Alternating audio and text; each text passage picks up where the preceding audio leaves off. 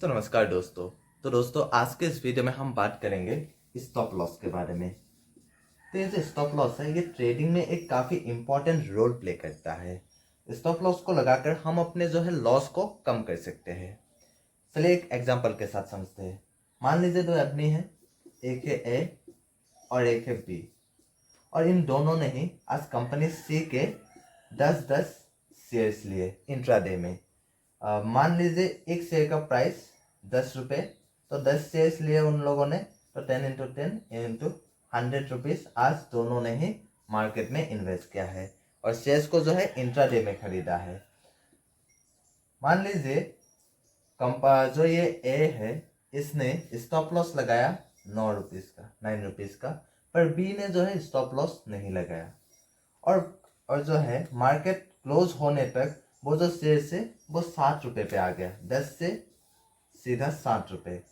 पर जो कि ए ने स्टॉप लॉस लगा के रखा था 9 रुपये का, तो जैसे ही ये जो शेयर है वो 9 रुपये पे पहुंच गया, तो क्या हुआ, वो उनको ये जो ए है इसका जो शेयर है वो ऑटोमेटिक बिक गया।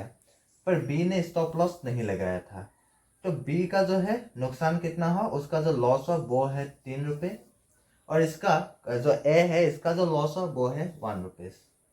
तो उनके पास शेयर्स कितने थे, 10 शेयर्स थे, तो 10 × 1 = 10 रुपये, यानी कि ए को जो है 10 रुपये का लॉस हुआ, पर बी को कितने का लॉस हुआ, 10 × 3 = 30 रुपीज़।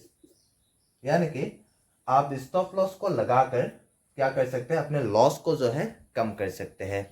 स्टॉप लॉस जो भी आपने स्टॉप लॉस लगाए होंगे, जब भी वो शेयर्स गिर के उस अमाउंट पे पहुंच जाएगा, आपका जो शेयर्स होता है वो ऑटोमेटिक बिक जाता है, जिससे आपका जो है लॉस जो है वो कम हो जाता है। चलिए अभी हम बात करते हैं स्टॉप लॉस के एडवांटेज और डिसएडवांटेज के बारे में। तो एडवांटेज की अगर बात करें तो स्टॉप लॉस को लगाकर हम अपने लॉस को जो है वो कम कर सकते हैं, पर इसका एक डिसएडवांटेज भी है। अब मान लीजिए अभी हमने जो एग्जांपल देखा था, कंपनी जो पर्सन ए और पर्सन बी का जो हमने एग्जांपल देखा था, ए ने क्या किया था, 9 रुपीज़ का जो है स्टॉप लॉस लगाया था, पर बी ने स्टॉप लॉस नहीं लगाया था। और मान लीजिए वो जो 10 रुपीज़ का शेयर था वो 9 रुपीज़ पे पहुंच गया, गिर के 9 रुपीज़ हो गया, तो उस टाइम पे क्या होगा, ये जो ए है इसका जो शेयर है वो ऑटोमेटिक बिक जाएगा। इससे क्या हुआ, इसको 1 रुपीज़ का पर शेयर 1 रुपीज़ का जो है लॉस हुआ, पर बी ने स्टॉप लॉस नहीं लगाया था। तो क्या होगा, जब भी 9 रुपीज़ में वो पहुंचेगा तो इसका जो शेयर है वो नहीं बिकेगा, ऑटोमेटिक नहीं बिकेगा।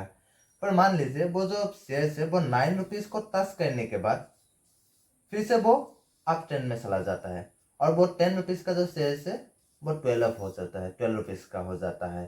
तो क्या हुआ, इससे क्या होगा, बी को जो है 2 रुपीज़ का प्रॉफिट हो गया, पर शेयर 2 रुपीज़ का प्रॉफिट हो गया। पर ए को जो है 1 रुपीज़ का लॉस हुआ, क्योंकि उसने स्टॉप लॉस लगाया था इसलिए उसको लॉस हुआ। बी ने स्टॉप लॉस नहीं लगाया था इसलिए इसको प्रॉफिट हुआ। तो स्टॉप लॉस का यही एक डिसएडवांटेज है, पर ऐसा नहीं है कि ये सब रोज ही होता है। पर बेसिकली आप जब भी आप ट्रेडिंग करें तब आपको स्टॉप लॉस लगाना जरूरी होता है, एक बहुत ही इंपॉर्टेंट है स्टॉप लॉस लगाना, क्योंकि ये सब जो केस है ये काफी रेयर होता है। और यहाँ पर एक बात ध्यान रखने वाली है कि स्टॉप लॉस भी कभी कभार जो है आपके लॉस को जो है नहीं बचा सकता है, क्योंकि क्या होता है, कभी कभार जो है प्राइस जो है वो सडन ड्रॉप हो जाता है। मान लीजिए आपने 10 रुपीज़ का एक शेयर लिया, और वो जो शेयर है उस शेयर में आपने 9 रुपीज़, मान लीजिए 8 रुपीज़ का आपने स्टॉप लॉस लगा दिया। पर मान लीजिए वो 10 से वो फिर 9.90 तक पहुंचा, फिर 8 पे जब पहुंचेगा तभी आपका शेयर ऑटोमेटिक बिकेगा।